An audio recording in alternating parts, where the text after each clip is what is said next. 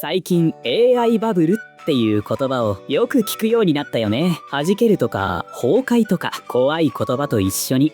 聞くなんか株が大暴落するぞーみたいなニュースでしょ。正直自分には関係ない気もしてた。そこなんだ。バブルのニュースはほとんどが株とか投資の話。でもね、あなたに本当に関係あるのは株じゃないんだよ。株じゃないの？じゃあ何？あなたが毎日使ってるその AI の値段と行方。バブルが弾けたら私たちの手元で何が起きるのか順番に優しく見ていこう。まずはそもそも AI バブルって何？ここから。バブルっていうのは一言で言うと、中身より期待にお金が集まりすぎてる状態。今 AI にはとんでもないお金が流れ込んでるんだ。どれくらいすごいの？例えばね、今日は1ドル150円で換算するね。つい先日カーソルっていうプログラマーに人気の AI の会社がなんと9兆円で買われたんだ。9兆円？100桁がおかしいよ。それ普通のアプリ会社がポンと買われる金額じゃないよね。でしょ？お金はジャブジャブ入ってきてる。でもね、ここからが大事なところ。その熱気の割に実際に儲かってる会社はすごく少ないんだ。そんなにお金集まってるのに。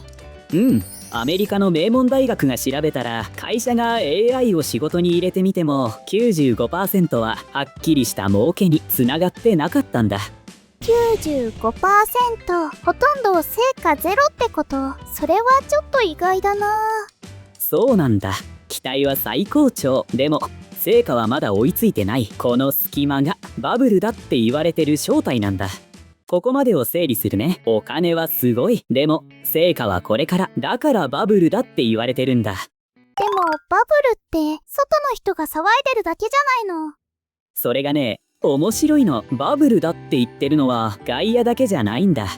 というと？チャット GPT を作ってるオープン AI の一番トップの人、その人自身がこう言ったんだ。投資家は AI に興奮しすぎてるって。作ってる本人が自分でバブルって認めちゃったの？しかもこうも言ってる。3人とアイデアだけの出来たての会社が1000億円の値段をつけてお金を集める。こんなのは正気じゃないって。確かにそれはなんかおかしい感じがするね。もう一人同じオープン AI の会長さんもこう言った。これはバブルだ。そして多くの人が大金を失うだろうって。でもね、その後にすごく大事なことを付け足してるんだ。大事なこと？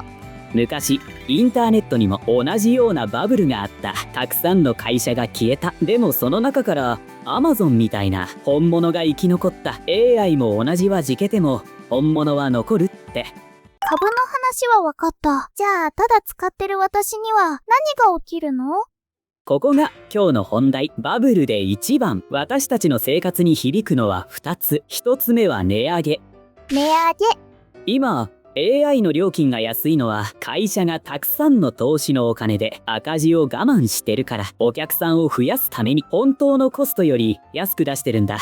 じゃあその投資のお金がしぼんだら。そう安くしてた理由がなくなる。実際チャット GPT を作る会社は今までの月に10ドル、約3000円の会員がこれから減ると見て、もっと高い月100ドル、約1万5000円のプランを作り始めてる。月100ドル、1万5000円はちょっと怖いな。もちろん全員がいきなりそうなるわけじゃない。でも今の安さがずっと続くとは限らない。これが1つ目。2つ目はサービスが終わること。バブルが弾けると儲けの出ない小さな AI から静かに消えていくんだ。お気に入りのアプリがある日突然終了。それは困るな。実際今会社同士の買収や身売りがすごい勢いで起きてる。さっきのカーソルもそう。独立して頑張るより大きな会社に変われるか消えるか、その選別がもう始まってるんだ。利用者の私たちに響くのはこの2つ。ここだけ覚えて帰ってね。なんかちょっと不安になってきた。私たちにできることってあるの？大丈夫。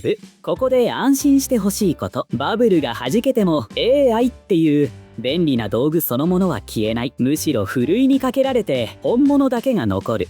さっきの Amazon の話だ。そうだから怖がって AI から離れる必要はないんだ。大事なのは2つ。1つは1つのサービスに頼りすぎないこと。大事なデータはちゃんと手元にも残しておくとか。その通り。もう一つは値上げが来てもこれはお金を払う価値があるって思える。自分の使い方を見つけておくこと。道具として使いこなしてる人は強いんだ。なるほど、バブルに怯えるんじゃなくて道具としてうまく付き合うってことだね。まとめるね。 AI バブルのニュースは株の話が多い。でも私たち利用者に響くのは2つ。値上げとサービス終了。作った本人もバブルだって認めてたのが一番びっくりだったな。でも弾けても本物は残る。だから怖がりすぎず、でも見とごとでもなく頼りすぎないで使いこなす。それが一番のお守りになるよ。みんなは AI に月へいくらまでなら払える？コメントで教えてね。